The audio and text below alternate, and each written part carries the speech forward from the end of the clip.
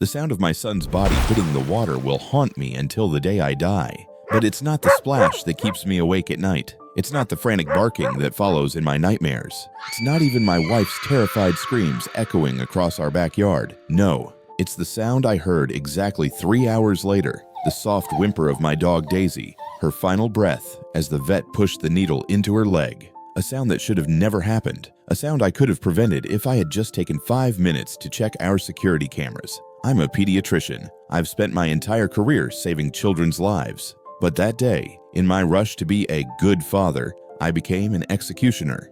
And the truth I discovered afterward, God, the truth nearly destroyed us all. Let me tell you a story about love, loyalty, and the devastating price of jumping to conclusions. A story that will make you question every instinct you have about protection, family, and what it truly means to make an unforgivable mistake. I remember the exact moment I found Daisy. It was December 15th, 2017, during one of the coldest winters our town had seen in decades. I was taking out the trash behind my pediatric clinic when I heard a faint whimper coming from behind the dumpster. At first, I thought it was just the wind, but something made me look closer. That's when I saw her, a tiny golden retriever puppy, no more than 8 weeks old, shivering violently in a torn, wet cardboard box. Her fur was matted with ice, and her eyes.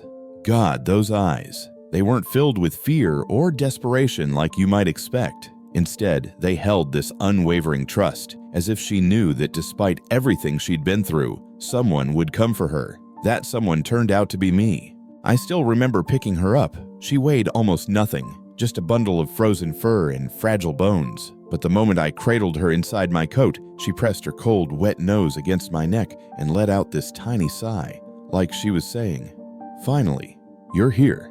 When I brought her home, Sarah, my wife of 3 years at the time, wasn't exactly thrilled. We'd been trying to have a baby, and she worried a dog would complicate things. "James," she said, exasperated, "we're about to start our 3rd round of IVF. We don't need this added stress right now." But Daisy had a way about her. Within days, she'd worked her magic on Sarah too. Maybe it was how she'd curl up next to her during those painful hormone injections, or how she seemed to know exactly when Sarah needed comfort after another negative pregnancy test. Whatever it was, Daisy became more than just a pet. She became our emotional anchor during those difficult years. The day we finally got our positive pregnancy test, Daisy was there. Sarah was too nervous to look at the stick herself, so I checked it first. The moment I saw those 2 lines, I started crying. And Daisy, who had been lying quietly in the corner, got up and started doing these gentle, happy circles around us, her tail wagging in perfect rhythm with our joy. Throughout Sarah's pregnancy, Daisy was incredible. She would rest her head on Sarah's growing belly for hours, as if listening to our future child's heartbeat. When Sarah had morning sickness, Daisy would alert me before it started, giving us just enough time to get to the bathroom. The maternal instinct in her was so strong that our vet actually joked she was having a sympathy pregnancy. The night Sarah went into labor, it was actually Daisy who woke me up. She kept pawing at my side of the bed and whining until I realized what was happening. Even as we rushed to the hospital, leaving her behind, she didn't bark or make a fuss like she usually would when we left. It was like she understood the importance of that moment. Tommy's birth was complicated, Sarah hemorrhaged, and for a few terrifying hours, I thought I might lose them both. When we finally brought our son home 3 days later, he was jaundiced and needed constant monitoring. Those first few weeks were a blur of anxiety, sleepless nights, and endless crying, both Tommy's and ours. But Daisy? She was our rock. She would alert us the moment Tommy started stirring, often before the baby monitor picked up any sound. She learned to differentiate between his hungry cries and his pain cries, helping us become better parents in the process. When Sarah struggled with postpartum depression, Daisy would spend hours just lying next to her, offering silent comfort while I was at work. As Tommy grew, their bond became even more special. His first real belly laugh was because of Daisy gently tickling his feet with her nose. She would lie perfectly still while he learned to crawl, using her fur to pull himself up. When he started walking, she became his living safety net, positioning herself to catch him whenever he wobbled. The morning of that fateful Sunday started like any other. I was called in for an emergency shift at the hospital. A 6-year-old with pneumonia needed urgent care. Sarah was planning to take Tommy to the park later, and Daisy was doing her usual morning routine of following Tommy around as he explored the house with the boundless energy of a 2-year-old. I remember kissing them goodbye. First Sarah, then Tommy, then giving Daisy her usual ear scratch. She licked my hand once like she always did, and I promised to be home for dinner. God, if I had known what was about to happen, I would have never left. It was around 2 p.m. when my phone rang. I was just finishing up with another patient, ironically, a young boy who had fallen into his grandmother's pool, when Sarah's name flashed across my screen. The moment I heard her voice, my world stopped spinning. "James!" Her scream was primal, terrified. "Come home now! Daisy pushed Tommy into the pool. He could have died." My hands went numb. The phone nearly slipped from my grasp as memories flashed through my mind. All those cases I'd seen in the ER, drowning victims, grieving parents. The statistical part of my brain started rattling off horrible facts. Drowning is the leading cause of death in children under 4. It only takes 20 seconds. Silent killers. Is he breathing? My doctor training kicked in, even as my father's heart was shattering. Yes, he's crying," Sarah sobbed. "But James, she pushed him. She actually pushed him. I saw it from the kitchen window. That dog. I want her gone. Do you hear me? Gone!" The 15-minute drive home was a blur of red lights and horns as I weaved through traffic. My mind kept cycling through possibilities. Daisy had never shown any aggression, not once in 6 years. She had protected Tommy since the day we brought him home. It didn't make sense. But then again, how many times had I treated children bitten by family dogs that would never hurt anyone?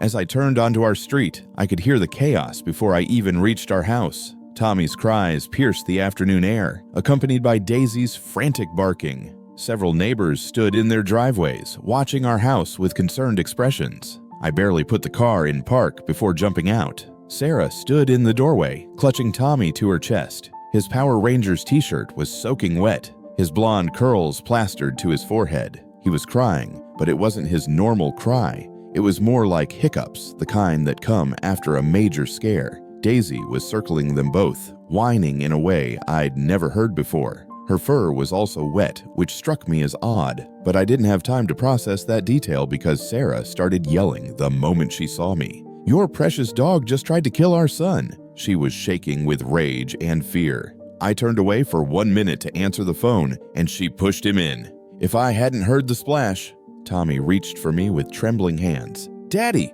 Daddy!" As I took him from Sarah, Daisy approached us, her tail tucked low, whimpering.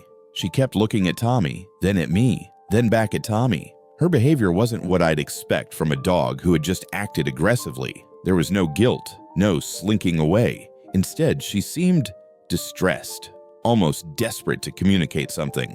But Sarah wasn't having any of it. She shoved Daisy away with her foot, not hard enough to hurt her, but enough to make her yelp in surprise. "It's her or us, James." Sarah's voice was ice cold. "Choose right now, your dog or your family." I looked down at Tommy in my arms, still shivering despite the warm afternoon sun, then at Daisy, who had been my faithful companion through years of struggles and joy, then at Sarah, whose face showed no room for discussion, no possibility of compromise. The weight of the decision pressed down on me like a physical force. 6 years of memories crashed against the terror of what could have happened to my son. In that moment, I made a choice that would change everything.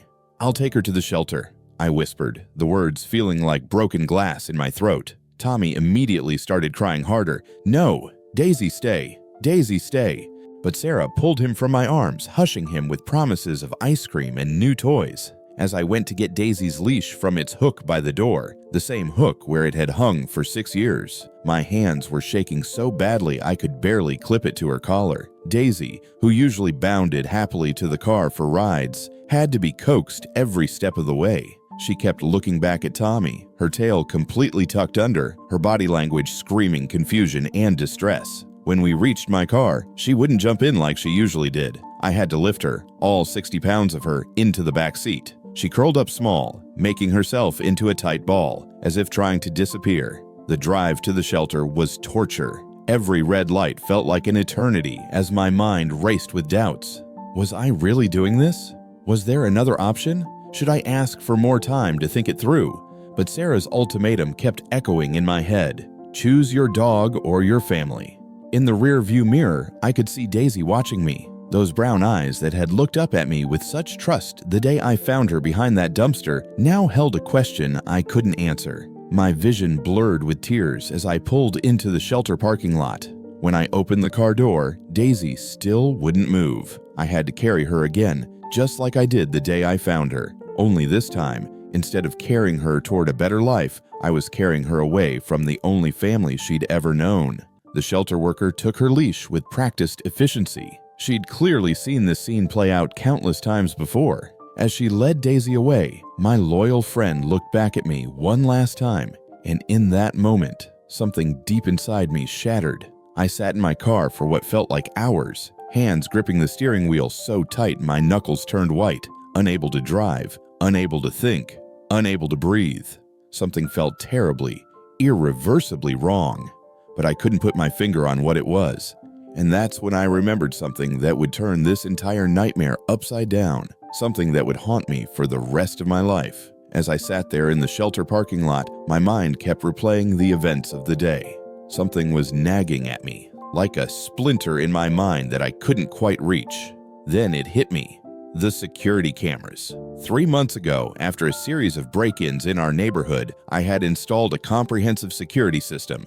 8 cameras in total, including 2 overlooking the pool area. How could I have forgotten about them? The truth was right there, waiting to be discovered. My hands trembled as I pulled out my phone and opened the security app. The footage would show exactly what happened. Part of me was afraid to look. What if Sarah was right? What if Daisy really had turned on Tommy? But I had to know.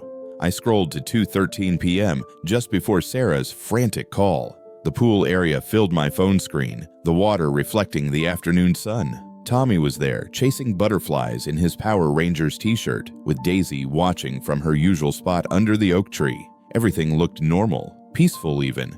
2:14 p.m. Tommy followed a particularly beautiful monarch butterfly that had caught his attention. Sarah's voice carried faintly through the camera's microphone. She was inside, talking on the phone about the upcoming neighborhood council meeting. I could see her shadow through the kitchen window. 2:15 p.m. My heart stopped. Tommy, still focused on the butterfly, got too close to the pool's edge. His little sneakers, the light-up ones he insisted on wearing everywhere, slipped on the wet concrete. The splash seemed to echo through my car like a gunshot. But what happened next changed everything. Daisy wasn't anywhere near Tommy when he fell. She had been dozing under the tree, at least 15 feet away. The moment she heard the splash, she was on her feet. There was no hesitation, no barking, no running around in panic. She jumped straight into the pool. The next 30 seconds played out in slow motion before my eyes.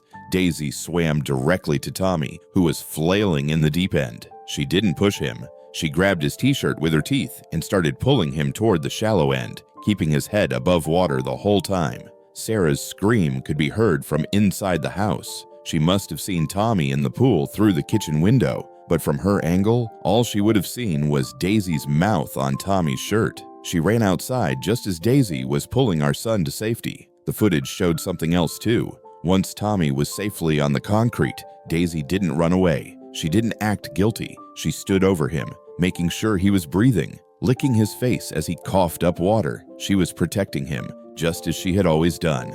"Oh God," I whispered, my voice breaking in the empty car. "Oh God, no." I checked the time, 7:45 p.m. The shelter was still open for another 15 minutes. I shoved my phone in my pocket and ran inside, nearly colliding with the front desk in my hurry. "The golden retriever," I gasped to the startled worker. "The one I brought in earlier. I need her back. There's been a terrible mistake." The worker, her name tag read Linda, gave me a sympathetic look that made my blood run cold. "Sir, I'm so sorry. That dog was marked as aggressive with children, given our overcrowding situation and the severity of the incident." She paused, clearly struggling with what she had to say next. "The vet already performed the euthanasia about 20 minutes ago." The world tilted sideways. My legs gave out and I found myself on the cold linoleum floor of the shelter lobby. Linda was saying something about protocols and liability, but her words seemed to come from very far away. 20 minutes. If I had remembered the cameras 20 minutes earlier, if I had just taken a moment to think instead of reacting from fear, 20 minutes was the difference between life and death for my loyal, innocent Daisy. I don't know how long I sat there on that floor, but eventually Linda knelt beside me. "Would you like to see her?" she asked gently. "Some people find it helps with closure." I nodded, unable to speak. She led me to a small room in the back. Daisy lay on a metal table, looking for all the world like she was just sleeping. Her fur was still damp from the pool. Someone had placed a small blanket over her lower body, and her face looked peaceful, as if she was dreaming of chasing butterflies with Tommy. "She went very quietly," Linda offered, trying to provide some comfort. "The vet said she didn't suffer at all." But I knew that wasn't true. Daisy had suffered. She had suffered the moment I clipped that leash on her collar. She had suffered watching Tommy cry as we left. She had suffered feeling abandoned by the family she had just risked her life to protect. I ran my fingers through her soft fur one last time. It was still warm. Her ear twitched slightly at my touch, just a residual reflex, but it broke something in me. I collapsed over her body, my tears soaking into her golden coat. "I'm sorry," I whispered into her fur. "I'm so sorry. You were the best girl, the very best girl." Linda quietly left the room, giving me privacy with my grief. I don't know how long I stayed there, telling Daisy all the things I should have said earlier, how she was the most loyal friend I'd ever had, how she had made our house a home, how sorry I was for not trusting her when it mattered most. Finally, I kissed her head one last time and stood up on shaky legs. I had to get home. I had to show Sarah the footage. I had to try to explain to Tommy what we had done to his best friend. The drive home was a blur. My phone kept buzzing, Sarah wondering where I was. But I couldn't talk to her yet, not until I could trust myself to speak without screaming. When I pulled into our driveway, the security lights clicked on automatically. They illuminated the pool area, now dark and still. Tommy's toys were scattered around the yard, a rubber ball, a plastic shovel, the tennis ball Daisy loved to fetch. Regular things that would never be regular again. Sarah met me at the door. Tommy balanced on her hip. His eyes were puffy from crying, but he had that resilient energy that only toddlers possess. The moment he saw me, he asked the question I had been dreading. Tommy's innocent question hung in the air like a physical weight. "Daddy, where is Daisy? When will Daisy come home?" I looked at Sarah, whose face still held traces of anger from earlier. She didn't know yet. She didn't understand what we had done. What I had done. "Tommy, buddy," I managed to say, my voice barely above a whisper. "Let's watch a video first, okay?" Sarah started to protest, but something in my expression must have stopped her. I pulled out my phone, hands still shaking, and pulled up the security footage. As we watched together, the color drained from Sarah's face. She sank onto the couch, her free hand covering her mouth.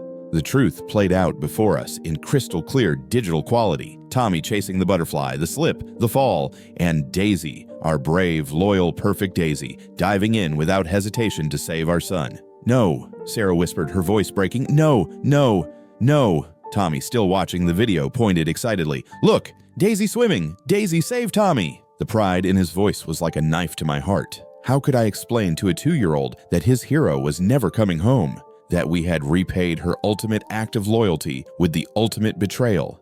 "James," Sarah's voice was trembling now. "Please tell me you didn't. Tell me we can go get her." I couldn't speak. I just shook my head, tears falling freely now. Sarah understood immediately. She started sobbing, great heaving cries that shook her whole body. Tommy, confused by our reaction, began crying too. "I trusted you to make the right decision," Sarah screamed, her grief turning to anger. "You're a doctor. You're supposed to check everything. How could you just... How could I?" My voice rose to match hers.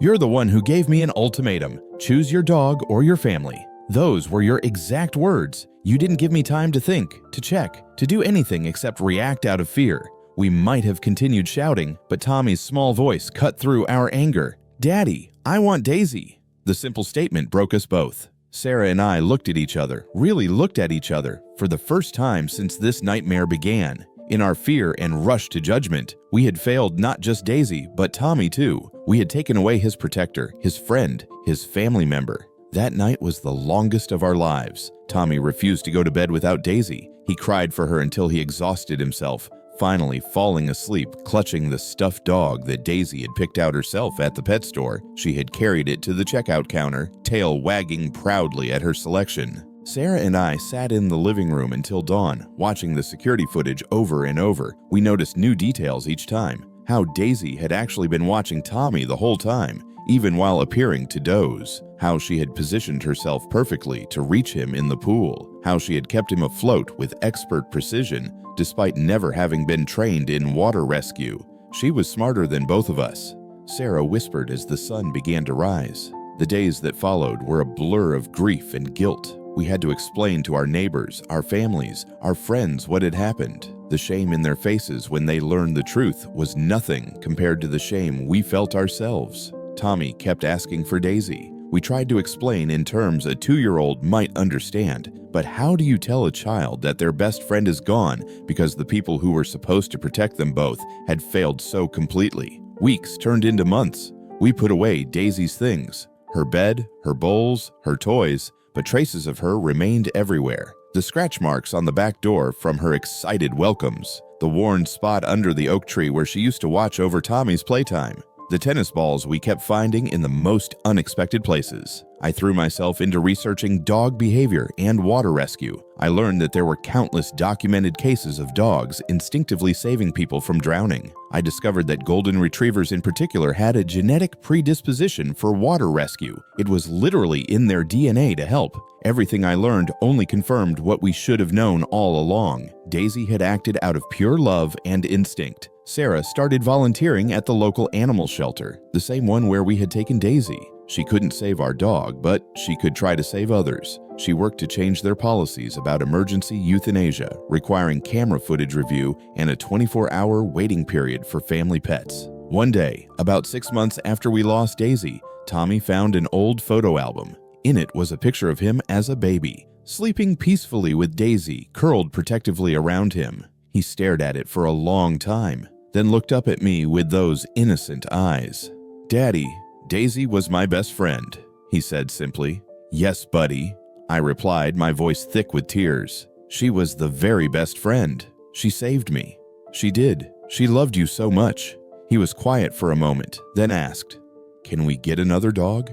Sarah and I had actually discussed this. We knew we could never replace Daisy, but perhaps we could honor her memory by giving another dog a loving home. But we would do it differently this time.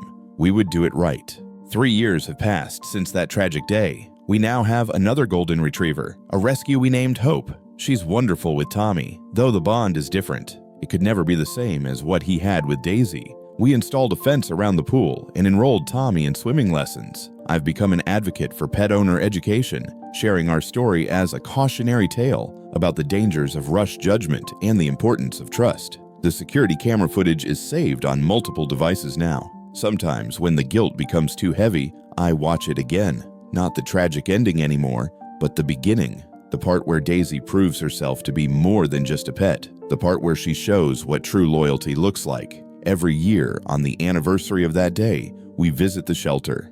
We bring donations, share our story, and light a candle for Daisy. Tommy, now 5, understands more about what happened. He tells everyone who will listen about his first dog, the one who saved his life. Sarah and I have learned to forgive each other, though forgiving ourselves has been harder. We've learned that love isn't about ultimatums or snap judgments. It's about trust, patience, and taking the time to uncover the truth. Most importantly, we've learned that sometimes the most profound lessons come at the highest cost. Daisy taught us that heroes don't always wear capes. Sometimes they wear collars. She showed us that loyalty doesn't need words, and that love means protecting those you care about, no matter the cost. To this day, I keep Daisy's collar in my desk drawer at work. When I treat children in the ER, especially those involved in accidents, I touch it as a reminder to never rush to judgment, to always look deeper, to remember that the truth isn't always what it seems at first glance. If you're watching this, please remember Daisy's story. Remember that in moments of crisis, when fear threatens to overwhelm reason, take a breath. Take time. Look for the truth. Because sometimes when the truth comes too late, "I'm sorry" isn't enough. And to Daisy, wherever you are, girl, thank you. Thank you for showing us what real love looks like. Thank you for saving our son. Thank you for being the best teacher we never knew we needed. You were the goodest girl, the very best girl. And we will never forget you. If this story touched your heart, please hit that subscribe button and leave a comment below. Have you ever had to make a decision in the heat of the moment that you later regretted? How do you balance protecting your family with making sure you have all the facts? Share your thoughts in the comments. Remember, sometimes the most important decisions require us to pause, breathe, and look deeper. One moment of rushed judgment can lead to a lifetime of regret. Don't forget to hit that like button if you believe in second chances and the incredible bond between humans and their loyal companions. Your support helps spread awareness about the importance of thoughtful decision-making and the true meaning of unconditional love.